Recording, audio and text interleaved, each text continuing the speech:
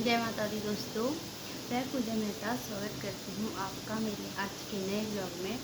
तो आज है माँ ब्रह्मचारिणी का दिन और कल मैंने आपको सुनाई थी माता सती की कहानी। तो आज मैं आपको सुनाऊंगी माँ ब्रह्मचारिणी की कहानी। ब्रह्मचारिणी क्या थी, कौन थी? तो जैसे माँ सती होती है हिमालय की पुत्री, वैसे ही माँ ब्रह्मचारिणी भी उन्हीं की पुत्री होती है। हिमालय की दो पुत्रियाँ होती हैं, पहली होती है सती, दूसरी होती है ब्रह्मचारिणी, जिन्हें हम गंगा माँ भी कहते हैं। और ब्रह्मचारिणी दुर्गा माता का ही रूप होती है। तो इन्हें नारद जी ने उपदेश दिया था कि तुम जाओ और कठिन तपस्या, आपको घोर तपस्या करनी पड़ेगी, तब जाके आपको कहीं पति के रूप में चंद्रमौली भगवान प्राप्त होंगे। चंद्रमौली यानी कि शिव शंकर प्राप्त होंगे। तो माँ गंगा चली जाती हैं, ब्रह्मचारिणी चली जाती हैं, अपनी तपस्या की ओर वन में चली जाती हैं। वो अपना घर बार छोड़ देती हैं। तो वन में कहीं 2-3 हज़ार साल तक उन्होंने तपस्या की थी।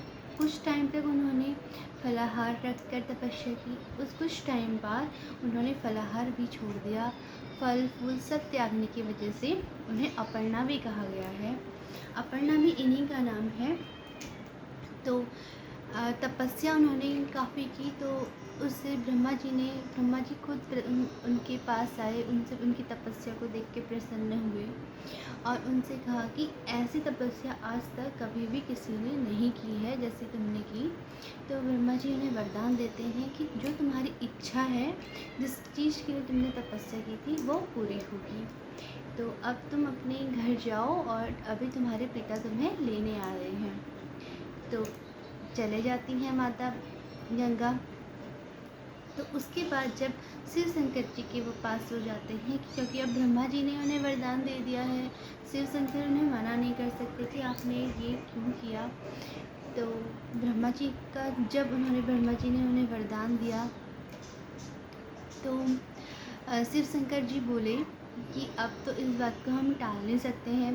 तो जब माँ गंगा उनके पास जाती है तो शिव शंकर बोलते हैं कि मैं तो तुम्हें पत्नी के रूप में पूर्ण रूप से स्वीकार नहीं कर सकता, लेकिन मैं तुम्हें अपनी शिखा पे ज़रूर जगह दे दूँगा। तो उस वजह से माँ जो गंगा है वो शिव जी की जटाओं पे बसी हुई है।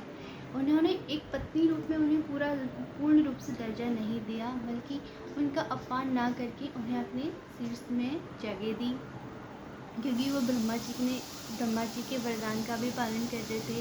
ब्रह्मा जी ने उनसे जो भी कहा था वो उन्होंने देखा। तो इस वजह से उन्हें ब्रह्मचारिणी, तपस्विनी, अपर्णा, इन इतने सारे नामों से उन्हें पुकारा जाता है। और ब्रह्मचारिणी का मतलब होता है बिल्कुल सादा जीवन। उनके हाथ में एक माला है, एक कमंडल है, पुष्प है, मतलब उनके फेस में इतना तेज है कि उनको तेजस्विनी कहा गया है। उनके चेहरे के तेज को देख के उन्हें तेजस्विनी कहा गया है। तो यही थी माँ ब्रह्मचारिणी जी की कहानी और इतना ही मुझे पता था। तो नॉर्मल सी बात है कि अगर हम 9 दिन के व्रत रखते हैं तो उनके पीछे की स्टोरी भी हमें पता होनी चाहिए। और हमारे जितने भी रिचुअल होते हैं उनके पीछे कुछ ना कुछ कहानी ज़रूर होती है।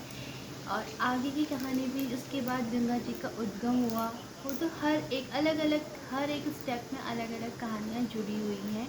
तो जो माँ दुर्गा जो नवरात्रि हैं, 9 दिनों की देवियाँ होती हैं, तो उनकी ये स्टोरी है कि पहले दिन की कैसे पूजा होती है, दूसरे दिन की बिल्कुल सिंपल सादा सा माँ गंगा की पूजा होती है।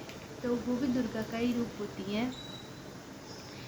भगवान सारे एक ही रूप के होते हैं, लेकिन अलग अलग जगहों पर उन्होंने अपना रूप धारण किया होता है हर एक चीज़ को मिटाने के लिए। तो या कुछ नई रचना करने के लिए उन्होंने लिया होता है। तो आज के ब्लॉग का एंड अब मैं यहीं पे करती हूँ। कहानी पसंद आए हो तो वीडियो को लाइक कीजिए, शेयर कीजिए, सब्सक्राइब कीजिए। Thank you. जय माता दी।